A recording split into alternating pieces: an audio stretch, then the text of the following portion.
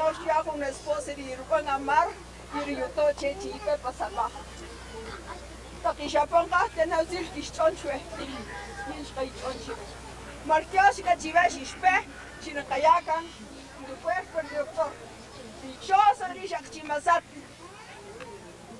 Porque cojata home a Chin, Peking. No cuenta seguir su lugar, no cae familia. Matias Chive.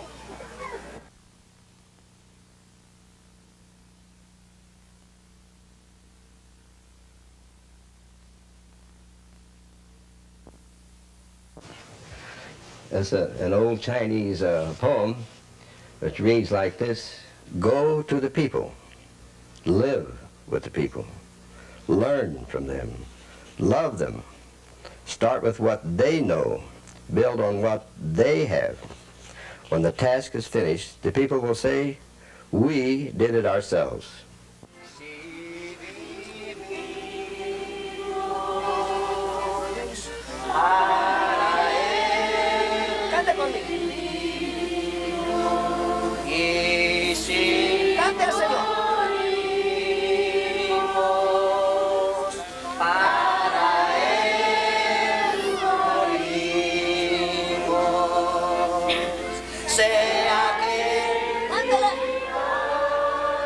To start at the end.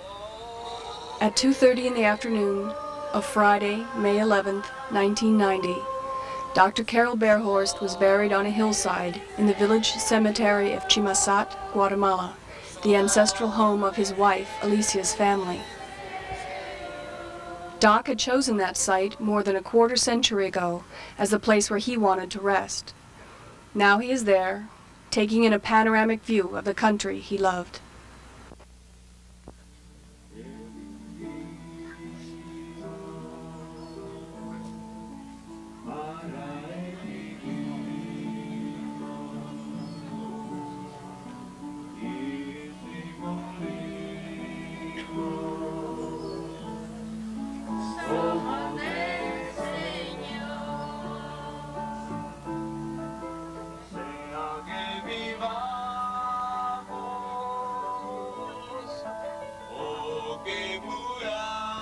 During 30 years in Guatemala, Doc learned over and over that the Highland Maya Indians are a people who affirm life, and that death is part of the life that they affirm.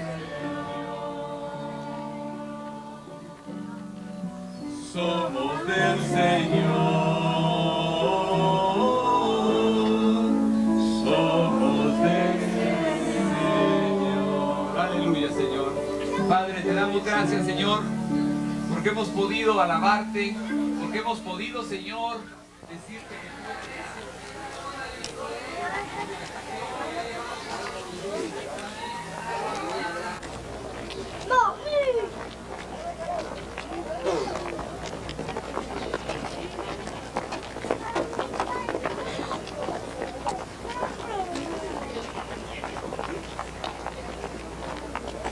As many thousands of individuals, peasants, pastors, patients, poets and priests, people whose lives Carroll Behrhorst had touched, gathered to bear Doc in honor to that hillside. All five senses were memorably engaged. The touch of family and colleagues, friends and strangers, embracing each other, holding each other up at a time when no one wanted to stand alone.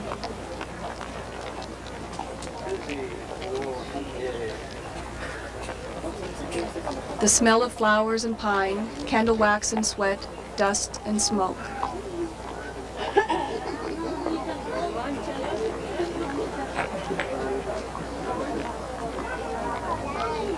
The sound of eloquent tributes in Spanish, Kaqchikel and English, song and lament, comfort and silence.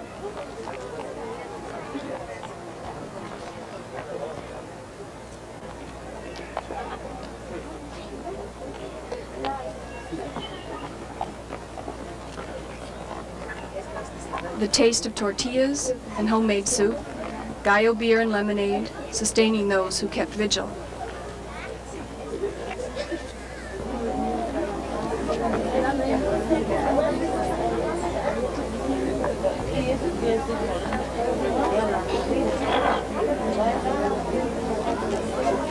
Despacito, por favor. Despacito, por favor.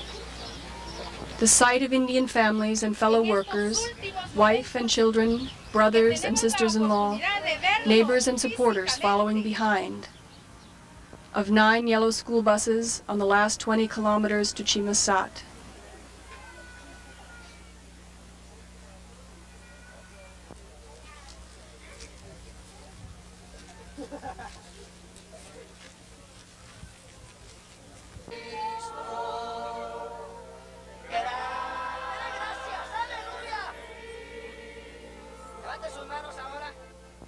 Later that day, the promoters asked, "Who will help us now?"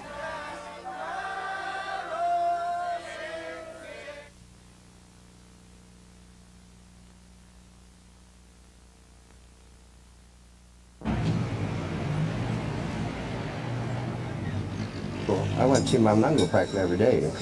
I just visited around, got acquainted with people. I'd sit in the park and talk with people, play marbles with the kids, maybe have some coffee or beer in the tienda, and walk around town and got acquainted with people. And they would invite me in. And so this was very important. This whole process of involvement was very important, as I say, in order to establish my identity. Because I wanted them to know who I was and what purpose I was there for. And also I wanted to get better acquainted with them, because I say that I knew that in the culture of the Indian, I mean, just because you may have certain skills and certain tools and certain titles, that doesn't necessarily mean that they're going to accept you. I'd been here only probably 4 to 6 months or so when I realized we really weren't making much of an impact on local health situations, because we're only curing diseases, weren't dealing with the basic problems in health. And so that one of the first things we did was we developed a program to get local people to take care of their own health, and we did that by training community health workers, here called promotores de salud, people who could really promote health and not just cure diseases. Well, by that time we were beginning to realize more about the implications of poverty and the malnutrition, how it affected health. And so what we did in San Jacinto, with the help of World Neighbors, a community development organization in Oklahoma City, we started a chicken project.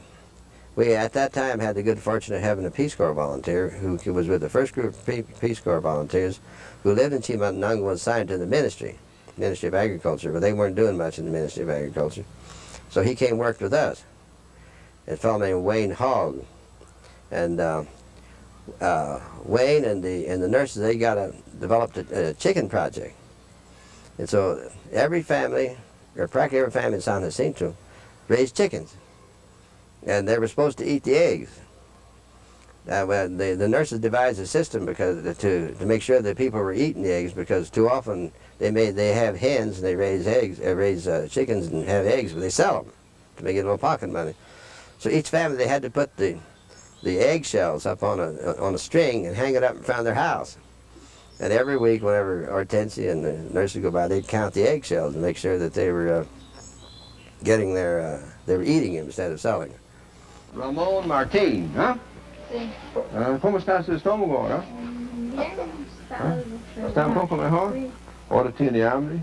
Ahora sí. Espere, espérate, no tiene mucha tos, ¿eh? No. Espere. Muy bien, su estómago aquí ahora está más mejor. ¿Cuándo viene su papá? Dice. El sábado. Sí, ¿eh? Usted vive en Chuatalún, ¿eh? Sí. ¿Su papá, él trabaja en la costa? Bien. ¿Todos los años? No. ¿No? ¿Cuántos pueblos de terreno tiene su papá? ¿Usted sabe más o menos? 2. Solo 2, ¿eh? ¿Y cuántos hermanos tiene usted? 10. Mucha familia. Mucha familia.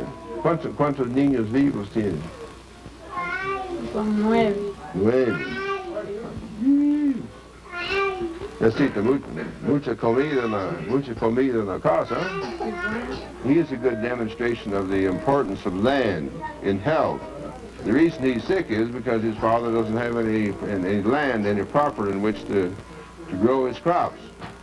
So if we're really going to help this family, some way has to be found to make the land available for them, because they'll continue to be poor, continue to be sick, continue to have children malnourished with swollen, puffy faces until that they're able to solve this land tenure problem, which here in Guatemala actually is the number one, the primary public health problem.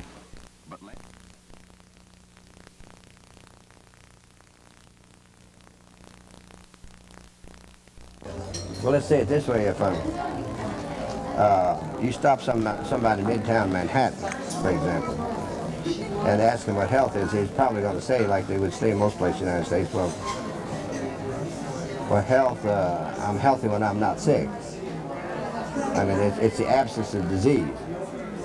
Absence of disease, and it's a very disease-oriented concept which involves dependence on doctors and them not wanting to be responsible for their own health because they say, well, I can pay Doc and he can help my health. But it's a very disease-oriented concept. I mean, health is when you're not sick. Well, here it's quite different. And I've done this many times. The Indians will tell you that they're generally speaking that, well, they say, ask them about health, they say, well, health, I'm healthy when I have a sense of well-being. When I have a sense of feeling good, a sense of enjoyment, a sense of experience. And it's not just a negative concept, that's the absence of disease. And they almost invariably say also that when they're healthy, in the context of health, is to have good appetite. Because they like to eat, they enjoy food, of course most people do, but also with them, if they have good appetite, they eat and they can work well, and they're very work-oriented concepts. Well, the earthquake, of course, was obviously very physically destructive. Right here in Chimaltenango, almost all the buildings fell over. And the number of people killed was, that time they said Chimaltenango had about 1,000, it had 18,000 people, and 1,800 people died, 10% of the population. The town still has never been rebuilt. I mean, it's still a very improvised, dumpy-looking town. And it's never been recreated again because of lack of resources. The physical destruction was terrible. The psychological destruction was not really very much a problem. Because, I mean, I've heard a good many outsiders who came to visit Guatemala and Chimaltenango, and they said, well, the Indians actually, nothing happened. Well, the reason is because the Indians, they considered it just another natural phenomenon. It was very destructive, and they lost their house and lost maybe family members. But they always looked at things within the context of being a natural phenomenon. I mean, they call themselves naturales, natural people. And disasters and human disasters, sickness, etc. They look up on, they accept those very well. I mean, because they think it's just natural, it's a natural phenomenon.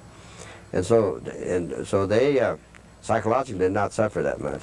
There was a lot of pain and because of loss of family members, but it was very obvious from the day after the earthquake, they started picking up pieces as much as they could and looking around for old pieces of canvas or something to cover themselves up. And the psychological impact was not all that much. The physical destruction was tremendous. And our institution responded and was the center of relief activity in the Department of Chimaltenango. And our promotores were very supportive because all health services were disrupted. And our promotores in many places were the only ones who were able to offer health services during that time.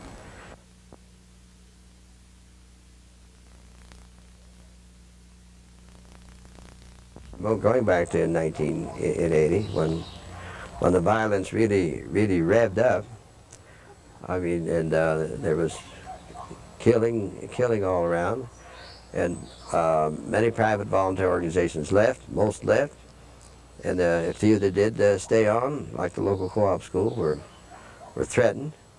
I mean, the issue came up of were we to continue the service here in Chimaltenango. As I mentioned before, many people were coming for various types of services. And so the decision had to be made, well, were to continue the service, since there was some targeting of people who were involved in this type of community health effort. And what should we do about it? And so we had a lot of serious thought went into it in our board and our staff.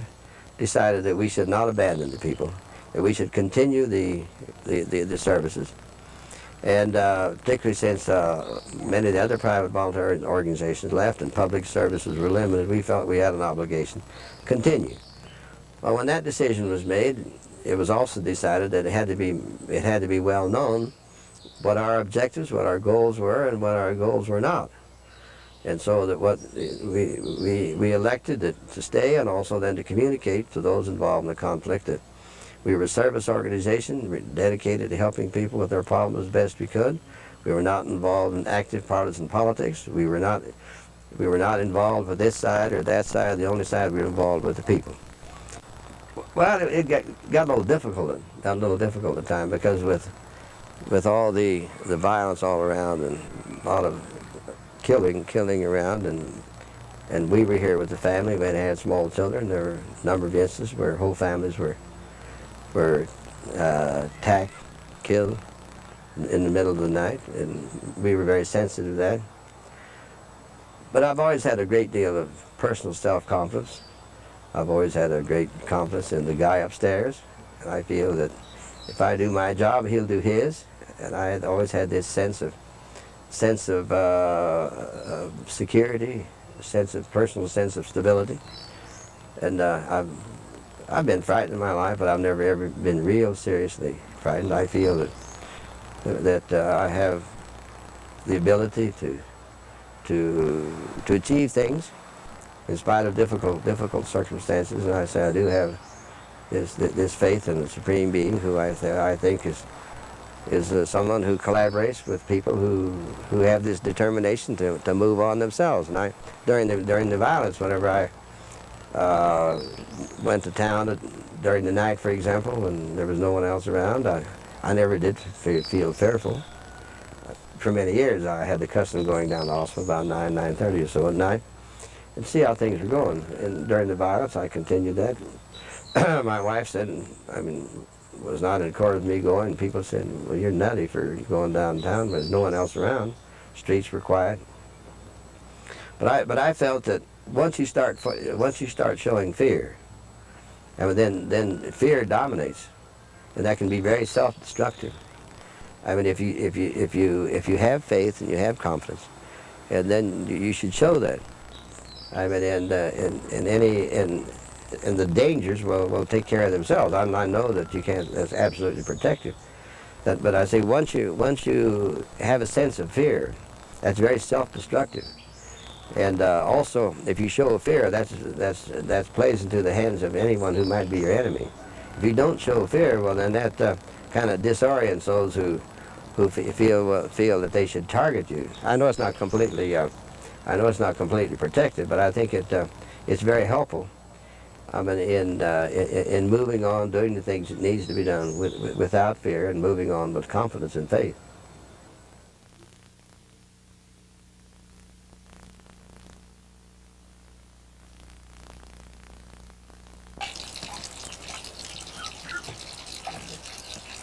Clean water, obviously, is very important in health. I mean, like here, because of lack of clean water, the incidence of diarrhea and dehydration is very high. In fact, it's the #1 cause of mortality and morbidity in children. And so it's obvious people should have clean water available. That's very clear. And but it's important to us too. But another very important thing about Water Project is that water is something that the people want. I mean, you should always try to do what the people want. Collaborate with people what they want, not what you want, what they want. And if you ask them about priorities, water is always one of the top 2 or 3 priorities. I mean, because the women have had to walk so far to carry water, and there's so much time and labor involved in furnishing water, and so, I mean, it's something they want. It's something they want, and since it is a priority for them, it's easy, it's a focus which they can get the town people around and get organized and be responsible for a program. And I say it's one of the ideal development tools that you can use. And so, I mean, we want to, since they want water, we want to help them with their water needs. Also, water, since it is a very important priority, can be a focus in introducing other concepts, other needs that the community might have. I mean, when they accept water, when they have an organization to accept water, well, then they can also be thinking about many other needs: agricultural needs, food needs, family planning needs, etc., etc. I mean, it gives you the foot in the door. Then also, water is relatively apolitical. I mean, during the violence, none of the people associated with the water projects that we helped with were ever targeted. It was very different than the proletariat. I mean, water was seen, well, that's a very clear, definite need. I mean, water is not political. I mean, getting people water doesn't necessarily mean that they're subversive. And so we want to take advantage of that, and that's another reason why we want our community health workers to evolve out of the villages where there are water projects.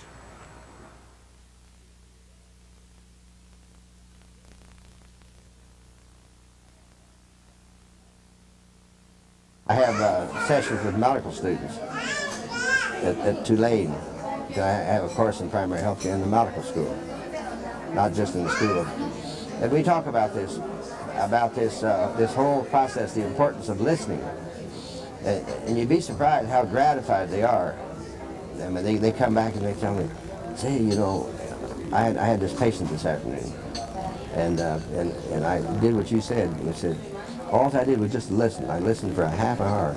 And he said it was such a gratifying thing, the way the patient responded to that. Well, I said, I had learned that a long time ago, and it's very important to, but if you're going to respect some other person, you have to listen to them. I mean, you can't try to overwhelm them with yourself.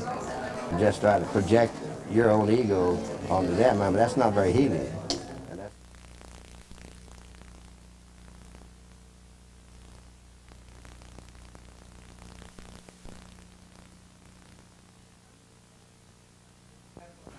At the time of his death, Dr. Behrhorst was closely involved with the reactivation of the Health Promoter Program and the formation of a new foundation, Nuevo Amanecer, which in Spanish means New Dawn.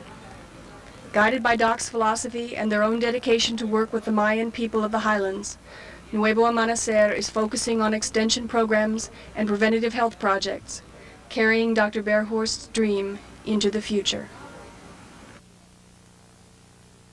Actually, one day I met a man here in Antigua, and we got to visiting. He told me he lived in Chimaltenango. Well, then later, when I went up around Chimaltenango, well, I ran into him occasionally, and one time when I was in Chimaltenango, he came and said, hey, my little boy's real sick, would you come and see him? So I said, sure. So I say at that time there was the only medical service there, health service at that time was 2 days a week on Monday and Friday.